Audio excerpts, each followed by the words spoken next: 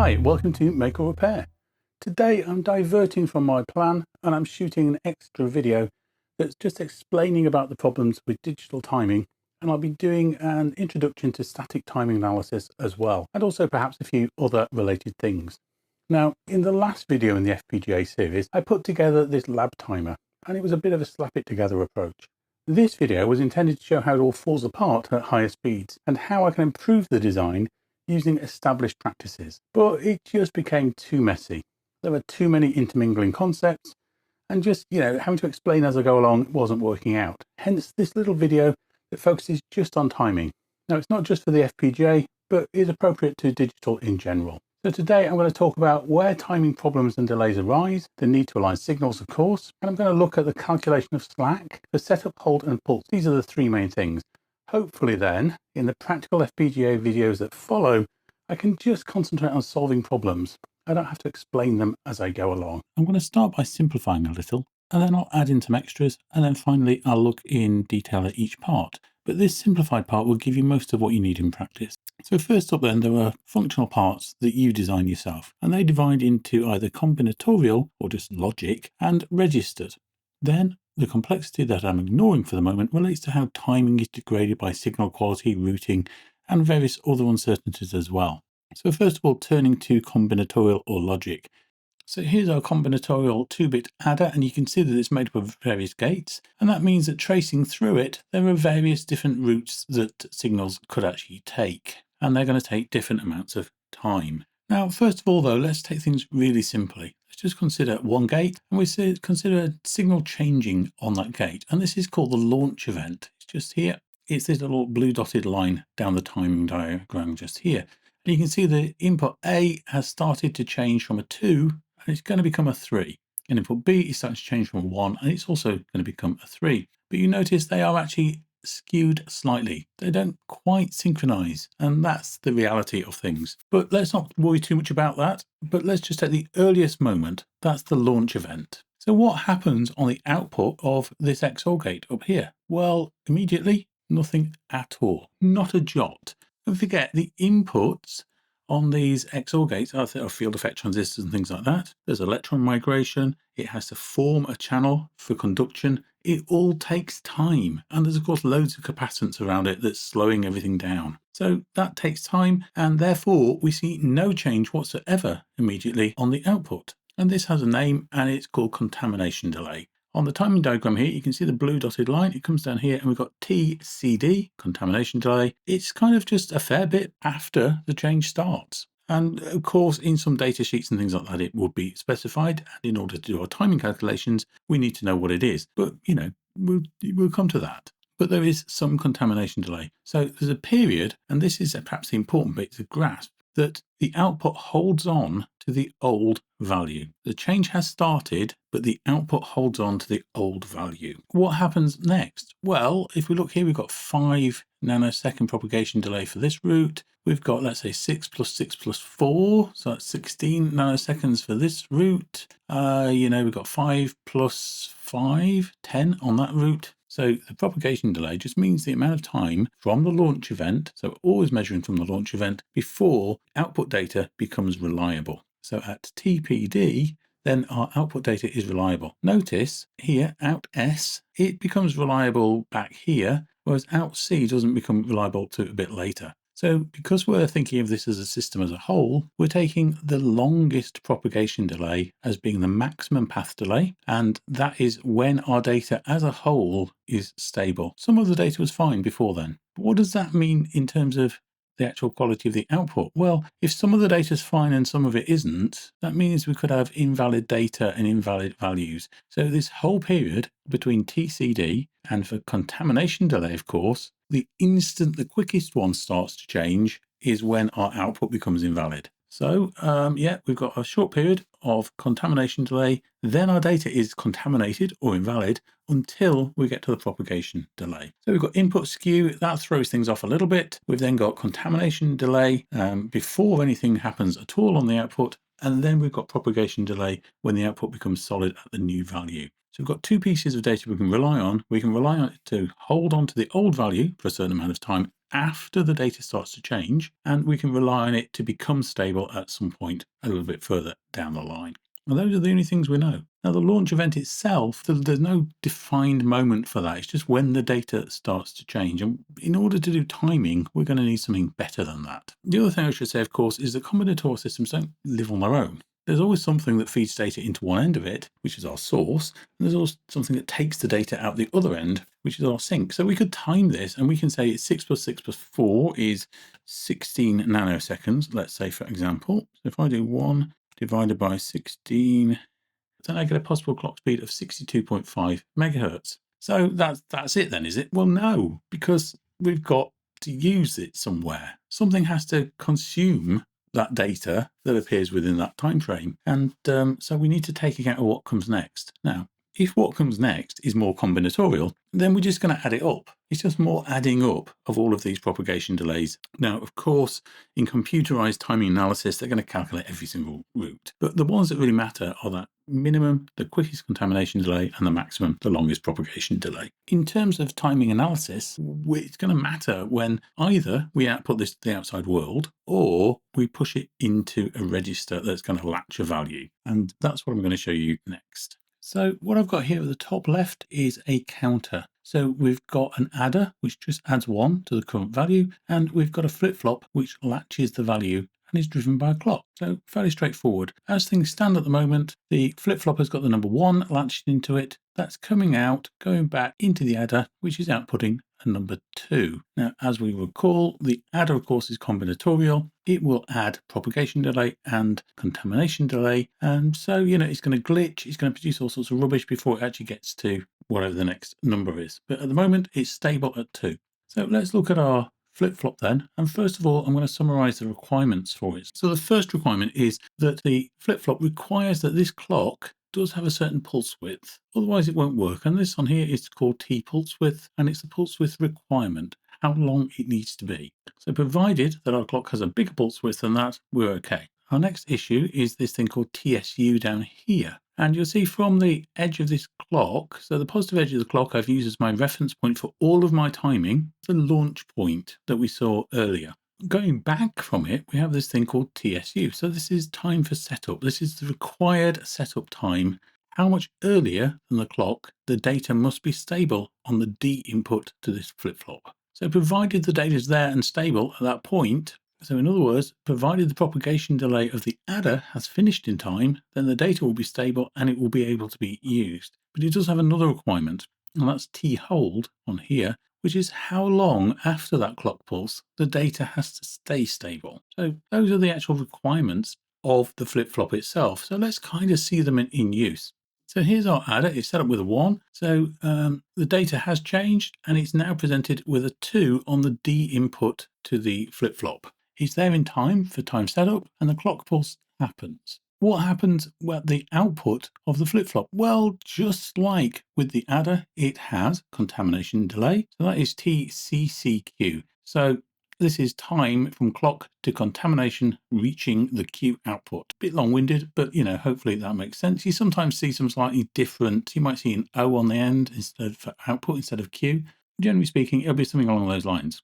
So there is a period after the clock at which the output hasn't changed at all. It's kind of committed to changing, just hasn't done it. And similarly as well, there's a time which is the propagation delay between the clock arriving and the output appearing at Q. But notice it's all measured off the clock, not just some random data change. So all that has to find its way through. It does have a little bit of glitchiness potentially, but we're talking a few picoseconds in terms of this. We're just talking about manufacturer variance really here. And and then that output 2 is available and it's going through. Let me see if I can write 2 on there, 2. And it's going down here, around the corner and back into the adder.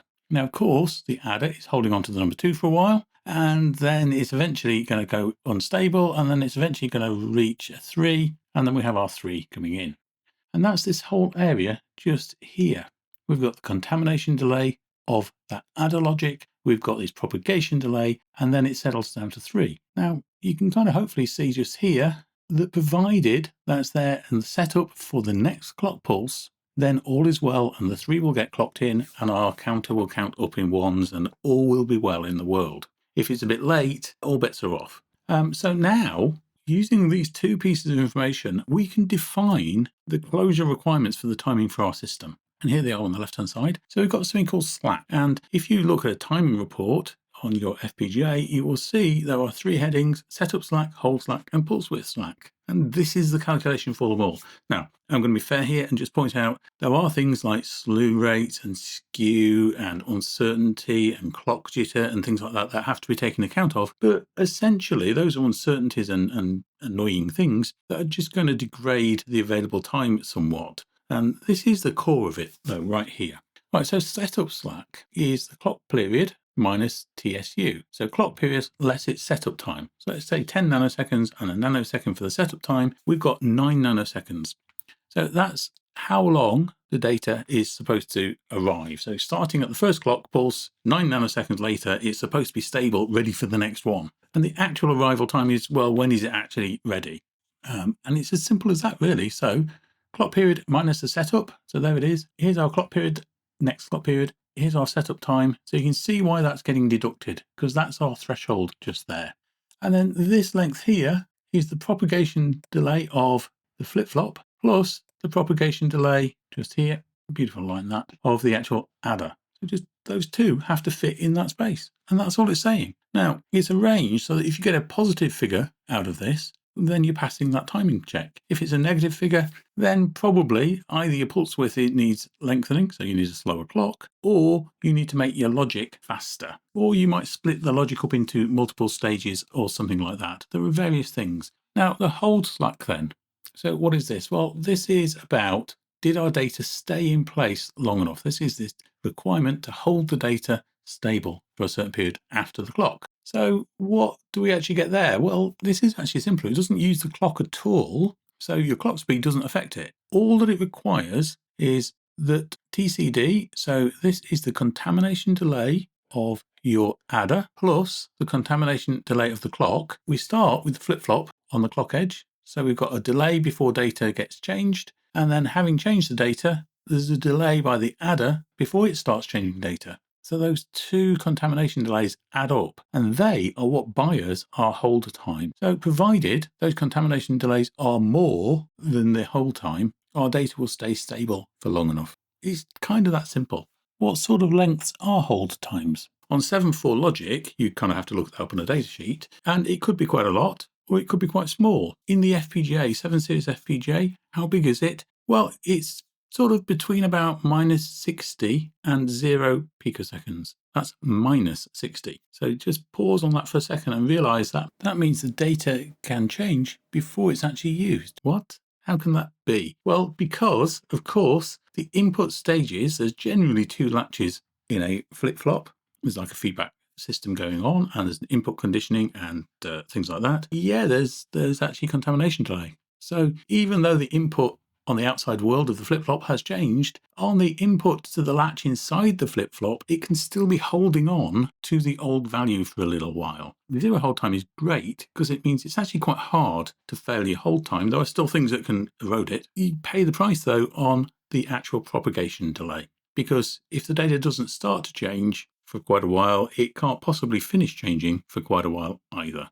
But essentially, we've just kind of seen how we add up the whole of a circuit and prove that it meets the timing. Now, pulse width slack is really easy. It's how wide is the pulse width required to be? So let's say 500 picoseconds. And how wide is it? Well, it's 5 nanoseconds, let's say, on a 100 megahertz clock. Now, again, there are things that can degrade it. This clock is not a pure square wave like it shows here, and its duty cycle might vary over time as well. There's all sorts of things that can degrade it and make it go wrong. But that's sort of for the next sort of section, really, where we start looking at all those things that you didn't build that are going to degrade your signal and make your timing more difficult. At the moment, I think we've just finished really looking at all the things you're going to build, your logic and your flip-flops. And hopefully you can also see something else with your flip-flop, which is the data came out glitchy and horrible from the adder. By using the flip-flop, we ignored the glitches.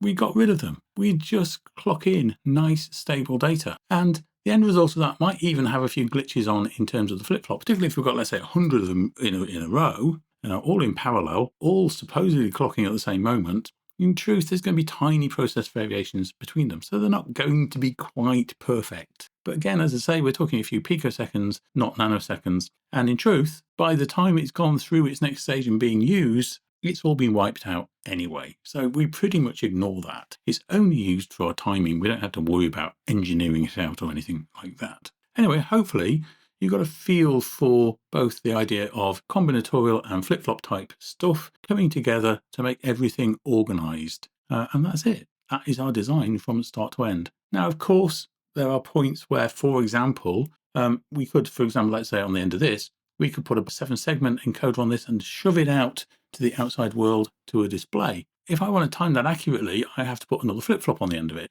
But I probably don't want to. But it doesn't matter, because I can still time from the clock on this flip-flop to the output exiting the chip. And so that means if there are, let's say, 100 of those signals in parallel, I can calculate the skew across those 100 signals. I can work out if there's a forwarded clock as well. I can work out what the difference between the signals and the clock is, because I know all the delays and there is a common launch point. And that's actually all that really matters. This launch point here, we can time anything off it. Okay, I always strongly recommend making test benches and simulations for functionality. I'm going to stick by that. So why don't I recommend timing simulation as a method for checking the timing? Well, there's lots of reasons. I'm not going to cover every point on these slides, but look here. Timing simulation and test benches are based on what the tester interprets as the functionality and the timing requirements that go along with it. It's sort of okay, but it's not a compelling test. STA, on the other hand, is systematic and complete. It simply looks at everything that is possible with what you're making. It works out every path and just picks every single worst case. And it takes account of all the uncertainties like jitter and things like that, for example. And it's comprehensive, it's systematic, and it pinpoints even a 1 in a trillion marginal case. It can take you directly to each and every problem and even just writes it down in a big interactive report for you. So definitely the way to go. So to kind of bridge across to start talking about some of the things like signals and routing that can cause problems, I just want to talk about one thing that I talked about quite a lot, which is actual versus required. Now, by actual, I don't actually mean actual. I mean the worst achievable case.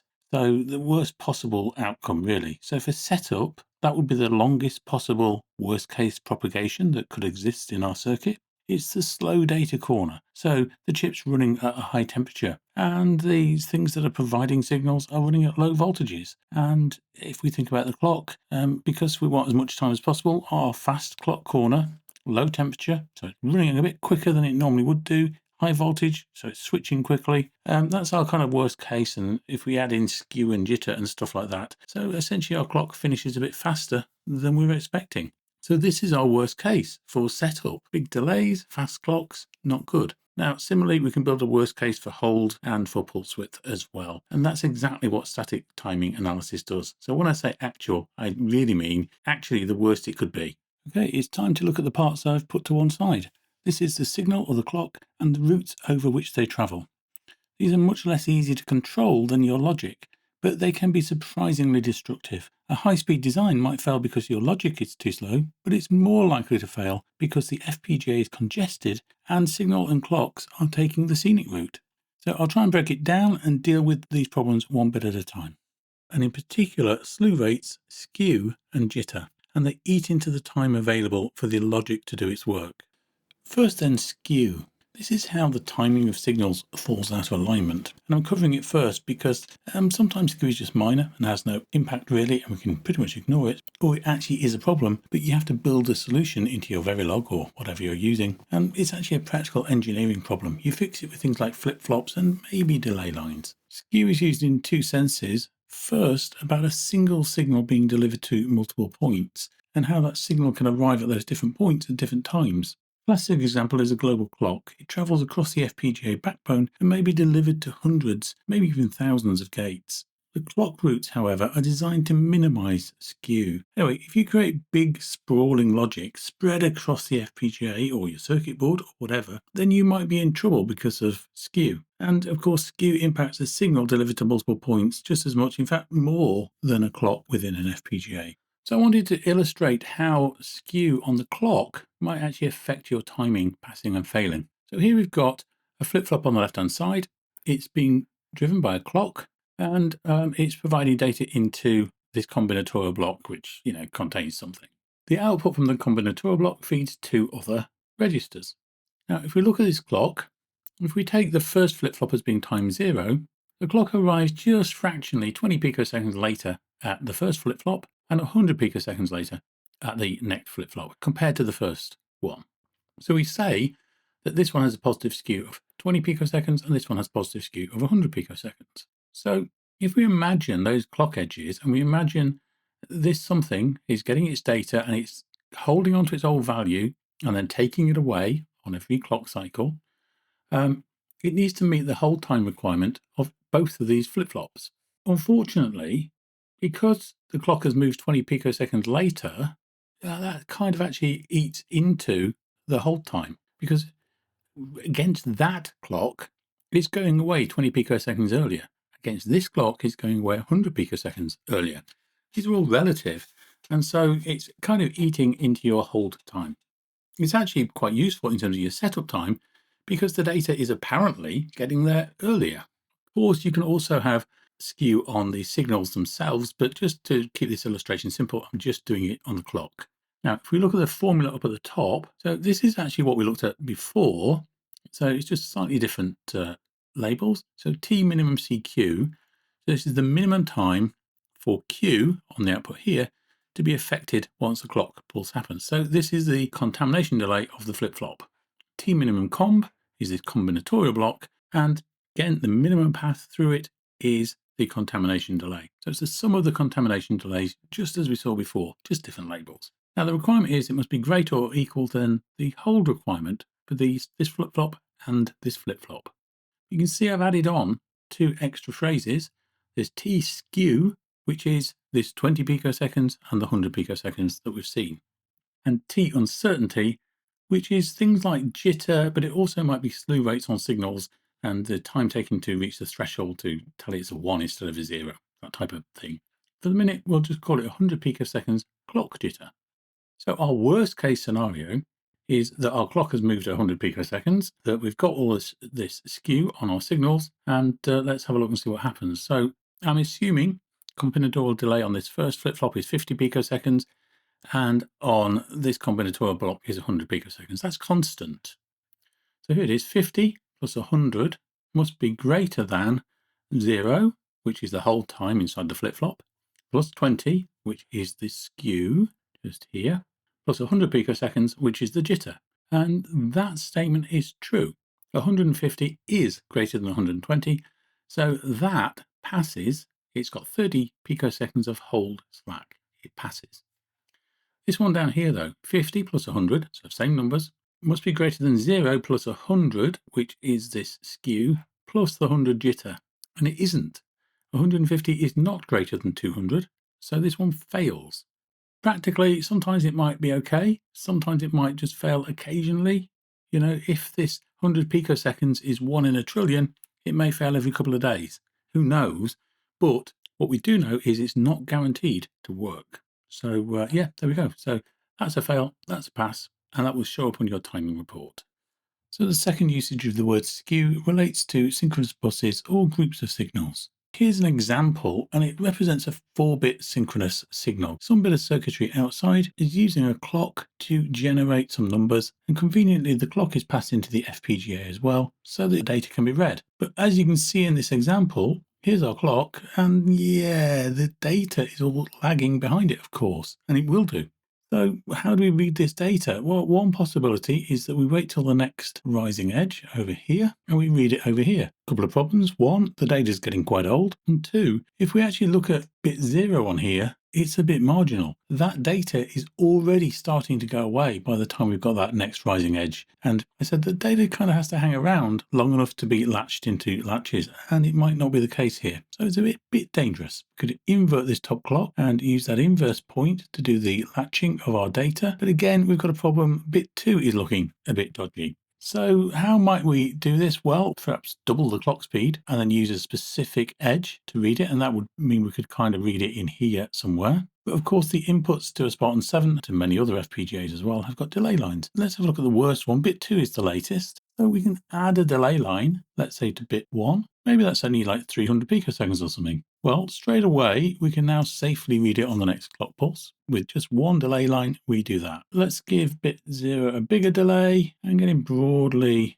in line with bit 2, and bit 3 is a bit faster than bit 2, so using the internal delay lines, we can get these closer. And of course, we don't want to read in this area here because we don't know what value we're going to be reading, or this area here. They're kind of danger areas either side of these transitions. But what about the clock now? What are we going to read with? Well, we can definitely read with that. That's perfectly safe. But it would be nice to read the data a bit earlier, let's say here. So what can we do? Well, what we can do is we can add a delay to the clock as well. If we add a bit of delay and we invert the clock, then we have a nice, clean, fairly early point to read our data. And that's the kind of approach that we would take. There's lots of options available, anything just to get that data latched safely in. Then actually it just becomes a clock domain crossing problem, which is very, very common. So there we go. That's sort of practical. So what about the signals we create ourselves inside the FPGA? Are they going to have skew as well? And the answer is absolutely yes, they will. Data paths through your combinatorial logic are always different, so they'll always take different amounts of time. Even the routing between things adds delay.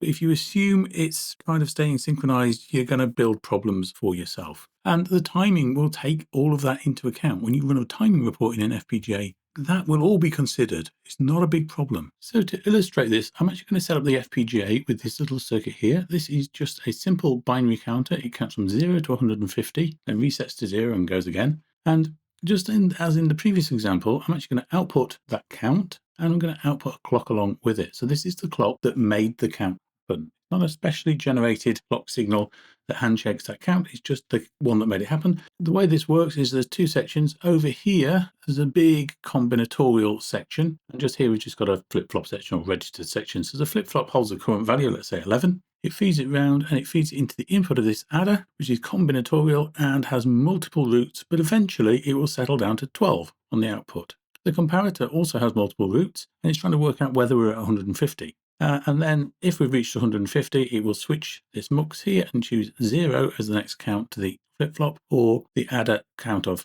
was it 12, I think I said, will come through to the flip-flop instead. Now, of course, the timing between the adder and the comparator might not line up, so we might actually get 150, 151 coming through, and then it suddenly gets changed back to 0.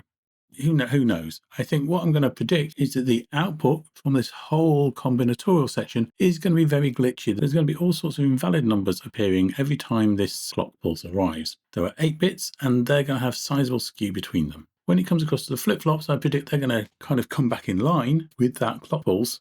Not necessarily the same time as the clock pulse, but at least they'll line up quite neatly. There may still be some tiny little glitches and small amounts of skew, but it will be minimal in comparison to the previous. And as we see when we get further into our looking at timing, that won't actually matter. Anyway, let's have a quick look at the system Verilog, and then we'll look at the simulated output of the timing.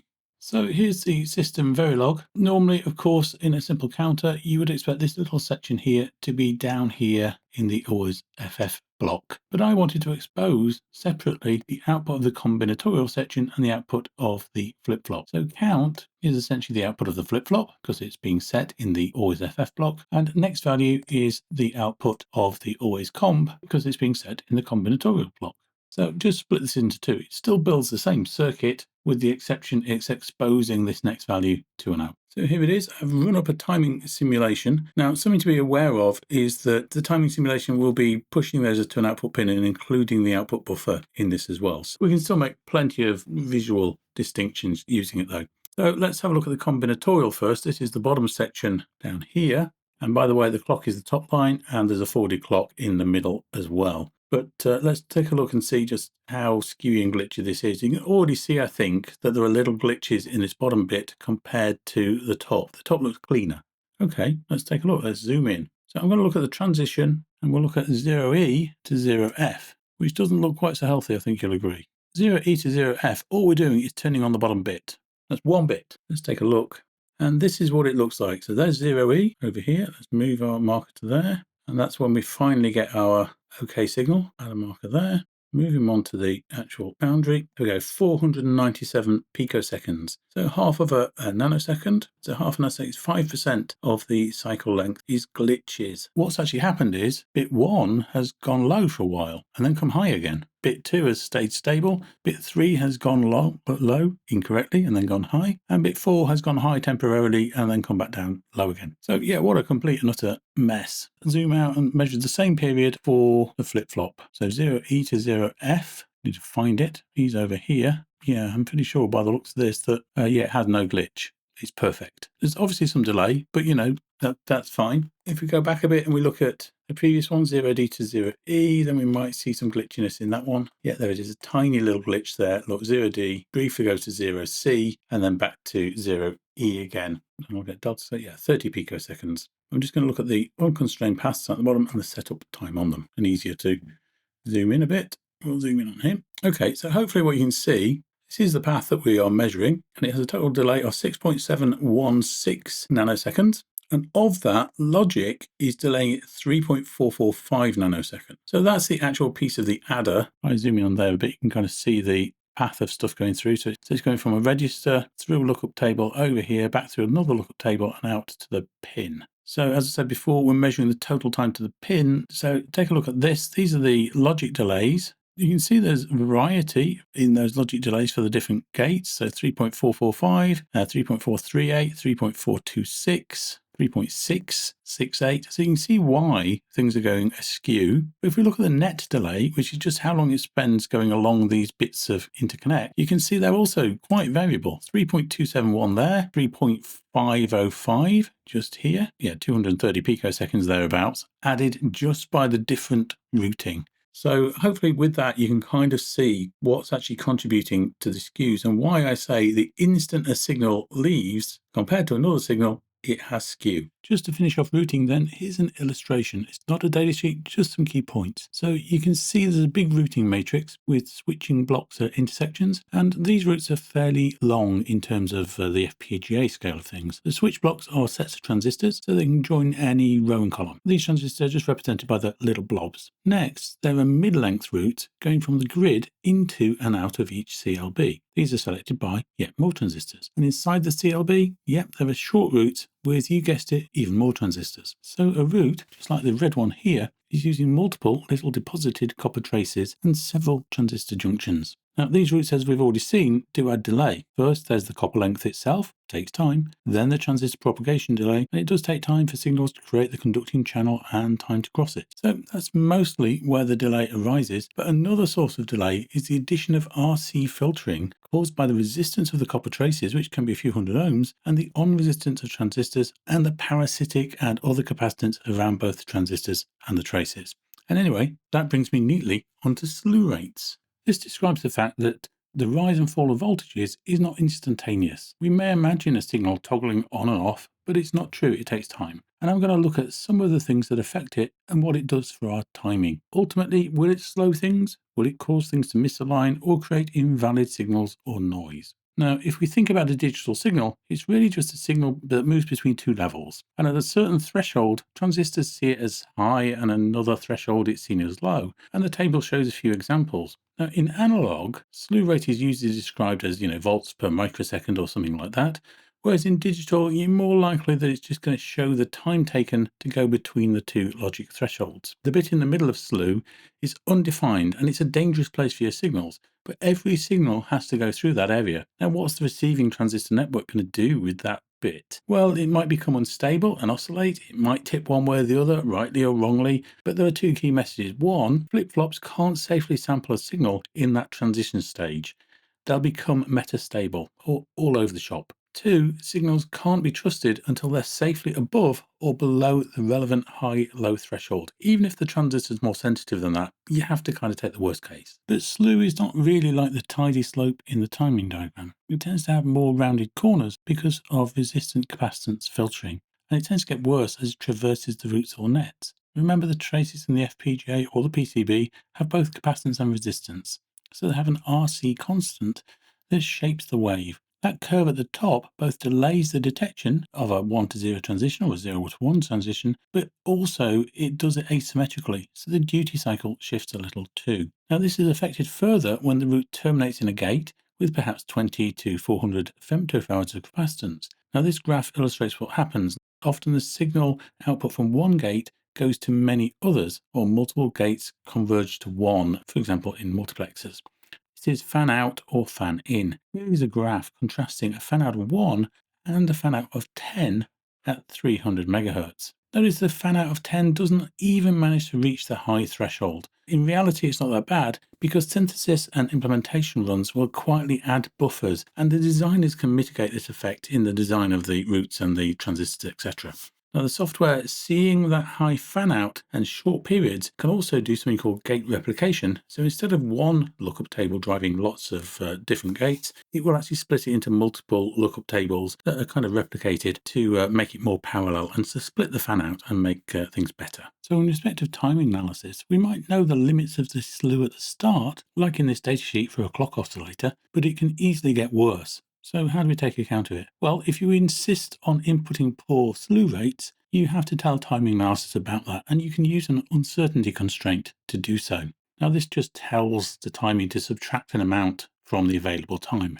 But in the FPGA, we typically bring our clock into an MMCM block and regenerate it, and that means that timing analysis knows the slew is within certain bounds. Also, the registers themselves are storage, so by the time the signal is used, that slew is no longer a problem. The timing software has a huge table of propagation delays so that you can work out the timing for everything, and this actually includes the typical slew rate. So as long as you stick to a good quality signal and you use an MMCM or PLL within the FPGA, then pretty much everything is going to stay within the typical rate and you won't have to take account of it. Anyway, let's finish slew rates by looking at the impact of a MOSFET on an actual signal slew. So here's the circuit I'm going to use, and it's a 2N7000. I'll be using a 25 megahertz clock and probing the signal gate and drain using a coax 1K high-speed probes and a 1 gigasample per second scope. Now this is a simulation prediction. Input's a nice square wave. The gate is in green and it's severely affected by the RC filtering on the gate, and the drain shows a weird little blip in red.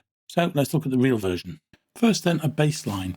And in this, I'm just aligning the 3 channels that I'm using and seeing the slew from the generator and the cabling. Now, violet is the input, light blue is the drain, and yellow is the signal that's appearing at the gate. Anyway, this is what happens from adding a 270 ohm resistor to represent the FPGA routing resistance. So nothing happens at all really, because there's no additional capacitance. But this is a good moment to note a couple of metrics. First, the rise and fall times are about 7 nanoseconds. The duty cycle is about 50% at the midpoint, but although perhaps only 40% or so at the high threshold, which I'll take as the 80% point, and it's maybe 40%. Now, this is what happens when it's joined to the transistor. Note that the yellow gate signal has sort of moved later compared to the purple reference trace.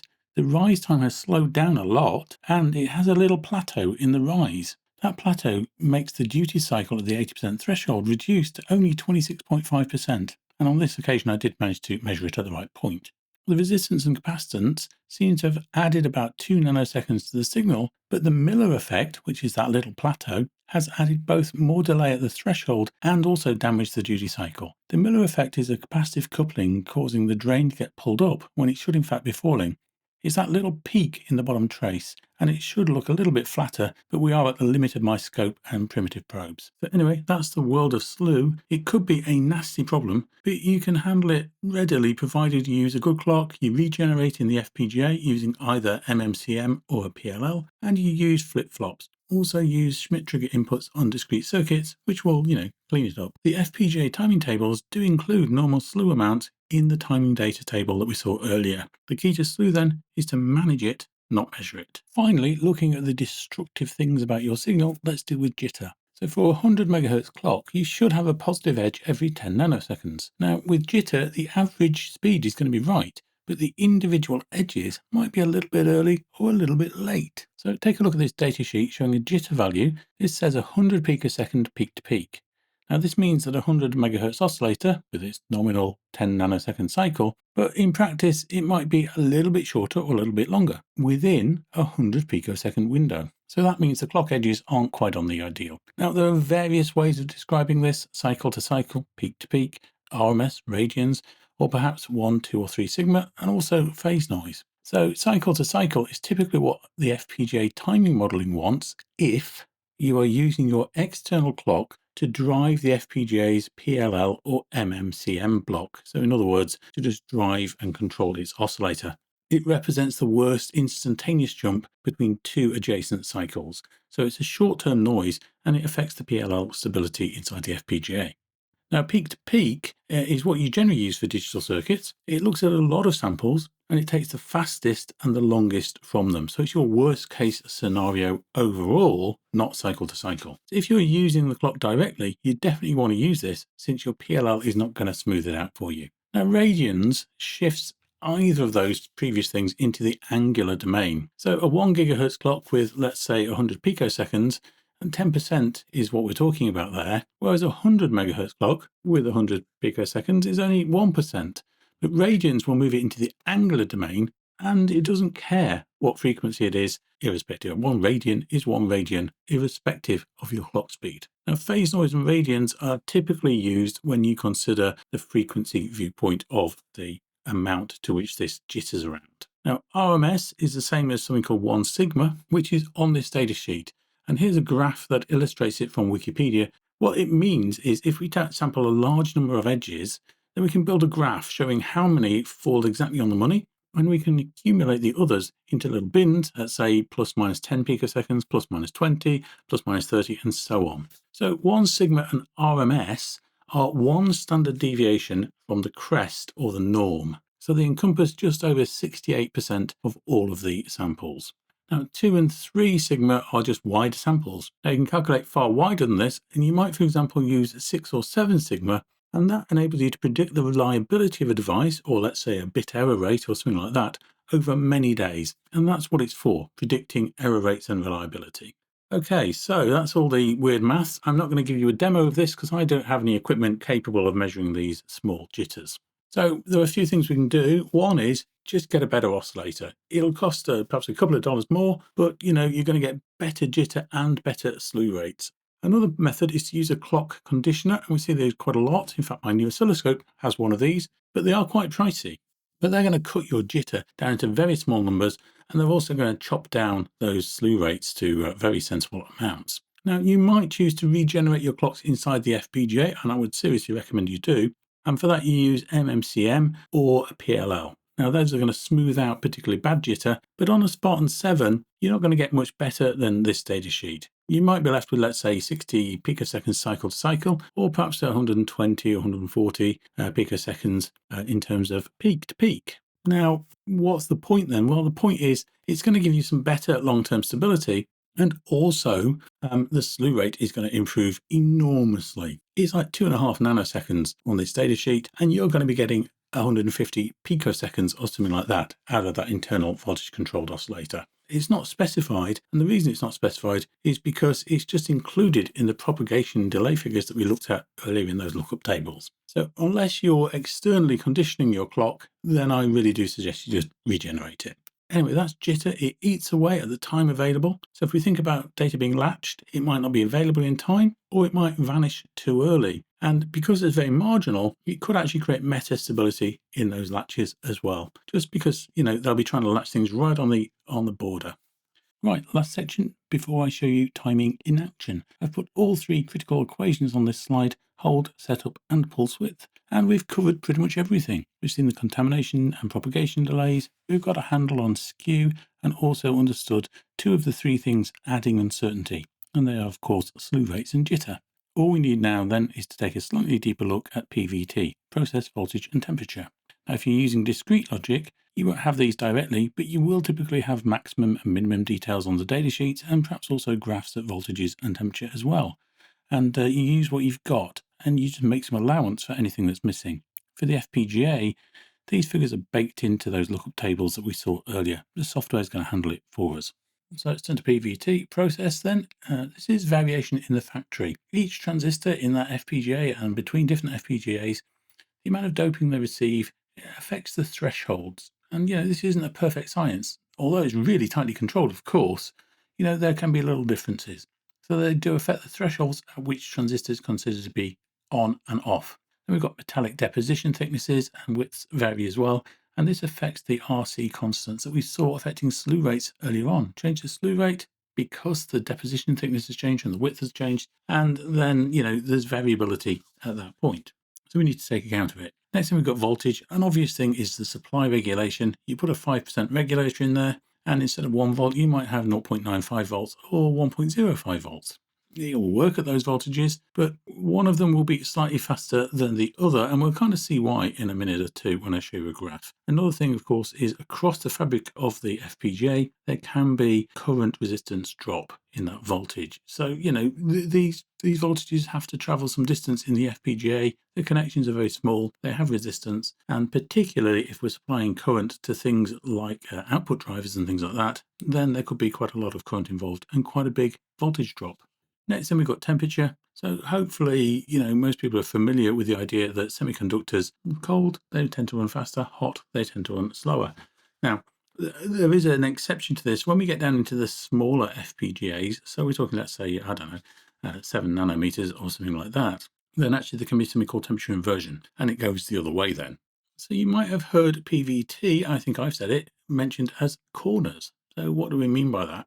Well, if we take voltage and we take temperature and we put them on a block like this, then we can see that for voltage, there's a fast corner, and for temperature, there's a fast corner. So cold temperature, high voltage is fast, and low voltage, high temperature is slow, slow. And in the middle, there's something called TT, which is typical. So this is your 25 degrees-ish with spot on voltage. So what we're interested in doing is looking at all of those corners. I mentioned temperature inversion earlier, and that would mean we'd have to look at some of these other corners as well in order to be certain. But generally speaking, that's all we're doing. So temperature and voltage can change due to the environment. If we put lots of gates in and we run them really fast, the temperature is going to go higher. If we use a poor quality regulator, we get poor voltage and so on. So we simply actually just need to create entries in our lookup tables, timing tables for FF, SS, and TT. And in fact, if we look at those, then you see there's 3 entries.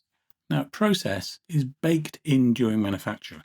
So we generally don't have to put that into the tables because it will be specified as a minimum and maximum during the manufacturing process, and our numbers will just include it. So here's our third slide. We're looking at those corners again, SS, TT, and FF. So SS is the slowest process. So it's going to slow everything down. It's the lowest voltage, it's the highest temperature, and it has the maximum delay. And what it causes to fail are setup times. Typical, of course, is just typical. If it doesn't work in the typical mode, then you've had it, absolutely. And FF is the fastest. So the fastest process, so the best transistors manufactured, the highest voltage, the lowest temperature, and therefore the minimum delay. What does that cause a problem with? Well, it causes a problem with hold time because your signals go away a bit faster. It's great that they arrive early, but if they leave early, that's not very good news. Now, I've mentioned voltage down below, so I've done this little graph. I've shown a signal that's affected by slew. Now, these are the identical signals. The only difference between them is the voltage level. They've got identical CR slew. But don't forget, CR is timed as reaching a certain percentage of the supplying voltage. So if we look at the two things, we can see, I think, fairly clearly here, the black one with the higher voltage, it reaches the high threshold earlier than the red one at the low voltage. And so this is just one example of how different voltages can affect your timing and slow it all down. Anyway, there we go. And I have mentioned that at 10 nanometers, there's a temperature inversion point where things get slower at lower temperatures. So we just need to add some more corners. So an SF and a FS into this table as well. Okay, so across to Vivado to look at some real timing in action. And I've got this really, really simple counter. All it does is count from 0 to 150. And I'm just going to run implementation on it. Great. So what we've got straight away is a warning of critical violations of methodology.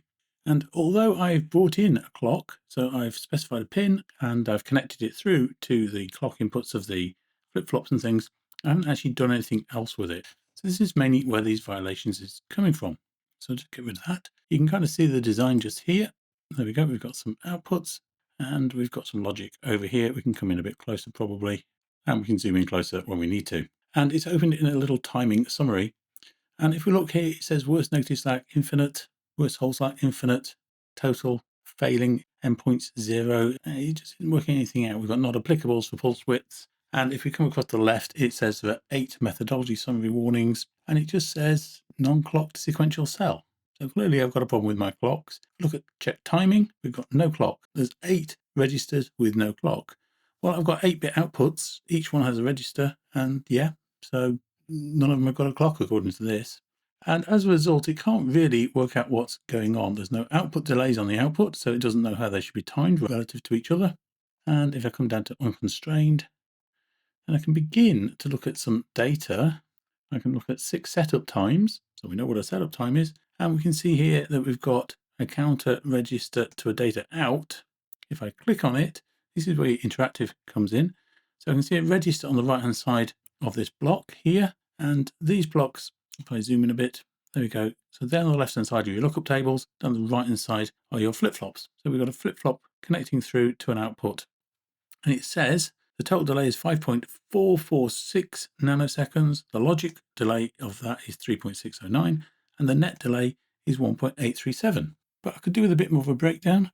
If I come across, I click on path properties, it actually shows me the entire path. It tells me what's in it, and then lower down, it says, okay, you've got FDRE, so this is a flip-flop register, and it's starting at 0, and then we've got just here, the propagation delay from C to Q is 0.419 nanoseconds. So 419 picoseconds is the propagation delay of that flip-flop. Excellent. This is just the type of information we want. So now it's added up the path so far to 0.419. And then if we look down a little bit lower, it says net is 1.837. So that's this connection going across to the left-hand side. Yep, it's going across here to this output pad, and that's got a buffer in it. So OBUF, and it says here that OBUF has 3.190 nanoseconds. So that's a massive amount of time. This isn't surprising because, of course, these are the transistors that are actually driving the output to the, in this case, I think 3.3 volts, and they're expecting to have a lot of capacitance on them as well. So they're going to take quite a lot of time to move levels. And then it's had nothing for this little bit of net just here, because really this is an integrated product. But anyway, that's where all of our delay comes from, just adding up those little bits and pieces that are getting added in. Okay, and we can see that for any of the nets. Now, in this case, it lists the top 10 and it puts them in descending order. And, generally speaking, that's sort of okay, but we can actually extend it out. We can make it report more. If I go to here, report timing summary on the left-hand side, and I click on it, then it comes up with wanting to produce a timing report. So I can call it anything I want, and does it report unconstrained paths? So, it's things that I haven't specified a requirement for. So yeah, we'll have that. We'll have a data sheet as well, thank you. That will give me a lot more information about what's going on. It's only reporting 10 at the moment, so let's make it report 200. That'll be fine. And significant digits 3, that's fine, of course. Now, advanced has a few more setup things. I'm going to leave those alone. Just come across to timer settings, and here's our corner. Here's our slow corner and our fast corner that we were talking about before. So you can see that it's actually built in. And it says for slow, I want the minimum and maximum, and for fast, I want minimum and maximum. And yeah, there we go. And for interconnects between things, I want the most accurate. Now, you could run timing against your synthesis if you wanted, in which case everything would be estimated because it wouldn't know where it's actually placing things. But we just want to know the best information that we've got. And now we've got a new timing summary, and it still doesn't tell us a lot. But if I come down to my unconstrained paths, you can see that now it's reporting all 24 of the paths that exist, including the fastest ones down here. Now, something else that we can do with this, so I can double click on it, I can look at a lot of detail. And the other thing I can do with this, of course, is I can just look at the schematic, if I can find it. There we go. And it actually shows me the piece of the schematic that is represented by this particular path, but not terribly helpful without any clock information. So let's add a clock, and there's a couple of ways of doing that. So the first, I'm going to go to the constraints wizard, and it wants me to define targets. So this is a file where it's going to store things. So I'm going to add a new one, create a file, and I'm going to call it timing. So I've got user and timing. I'm going to specify timing is the destination for all the stuff that this wizard is creating.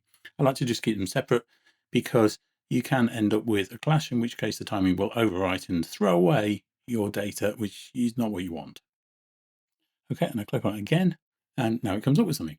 So this is like a wizard that helps you through. I'm not going to look at everything, but let's look at primary clocks. So next, it's spotted there's a clock coming in. It doesn't know its frequency and it doesn't know its period. It just knows it's a clock pin because we haven't actually defined it. So let's do that. So let's make it 100 megahertz because it is. It calculates its period is that, and you can see a rise and fall time, which is giving us our actual duty cycle and our pulse width that we talked about earlier. And we've also got jitter, and I know the jitter in nanoseconds, so it's 0.1, so 100 picoseconds. So there we go. And down the bottom, you can see that it's creating a couple of entries. So it's doing create clock period 10, name, clock in, its waveform, and where it's coming in, and set clock input jitter 0.1. And those are constraints. You could write them by hand in a constraints file if you wanted to. So we just click on next. And now it will do generated clocks if you do sort of derived clocks from that and so on. And we just continue through, but I'm going to just click next a few times. And now we've got an output delay. It's saying, okay, you've got data going out of the chip to the outside system world. So what are the constraints on that? Do you have any constraints on that, of course? I'm hoping we haven't really got anything else to look at. So it's saying what it's doing. It's creating a clock, 2 output delays, and an input jitter. Perfect. And if we go back to sources, looking constraints, user is me specifying the pins everything's happening on, and timing is what we just made. So there we go. It's kind of written our constraints for us. We can write them by hand if we want to. Now let's find out whether our design is any good. So I'm going to rerun the implementation and the synthesis. Okay, so let's open our implemented design then. So apparently we've got one critical warning and one warning. One warning message, and it failed to meet its timing requirements. Very interesting. Okay, so now you can see we've actually got some information. So we've got worst negative slack is minus 1.341. Well, it's negative. I said that negative is fail. Worst whole slack is 0.263. Well, that's okay because that's positive. And this is just reporting worst, don't forget. And the worst pulse width slack is 4.5 nanoseconds. So stacks of time in hand. But yeah, worst negative slack isn't very good. So let's click on it. And there we go. We can kind of see our slack and why it's got a problem.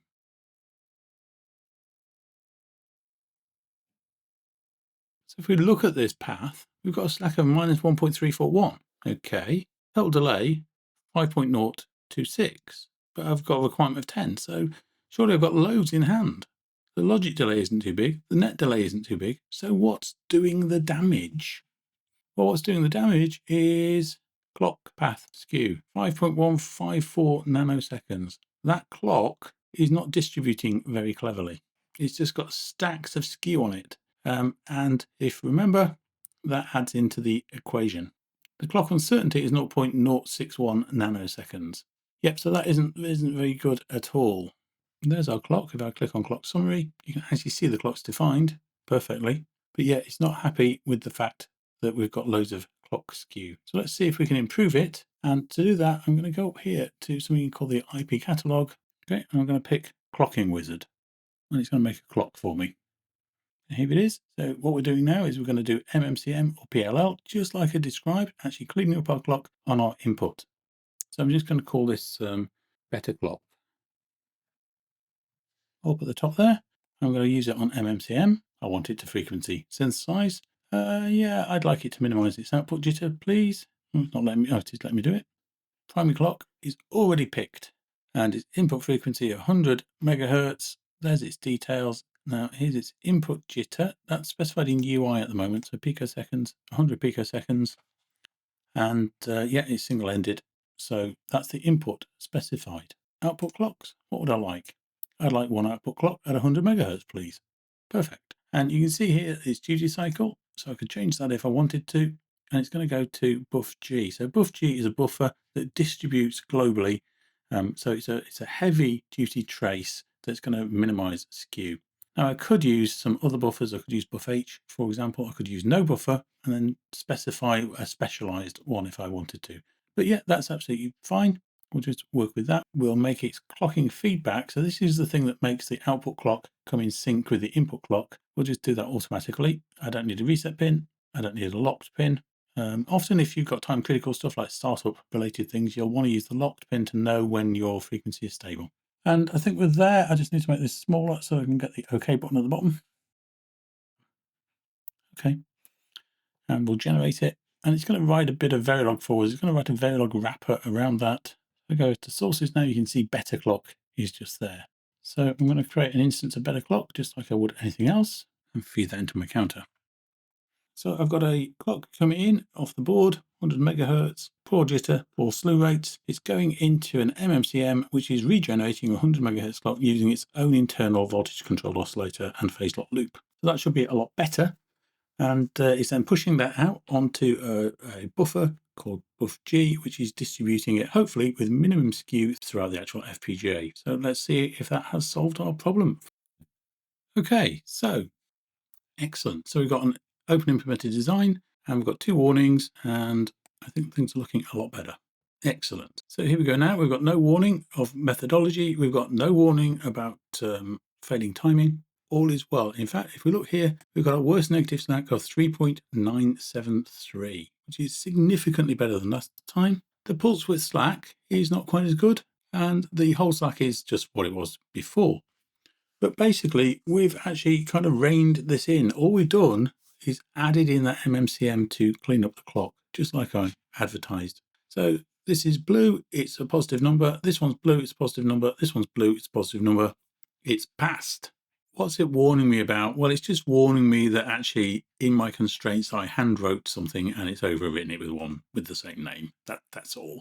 So there's nothing much there. I just need to tidy up.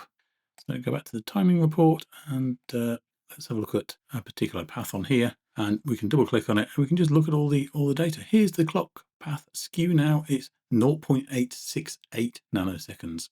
So before it was, I can't remember what it was, but it was 5 point something nanoseconds, I think. Now we've got the right buff G in there. It's a lot nicer. There's stacks more I could explore, but I think that's enough to round off this video.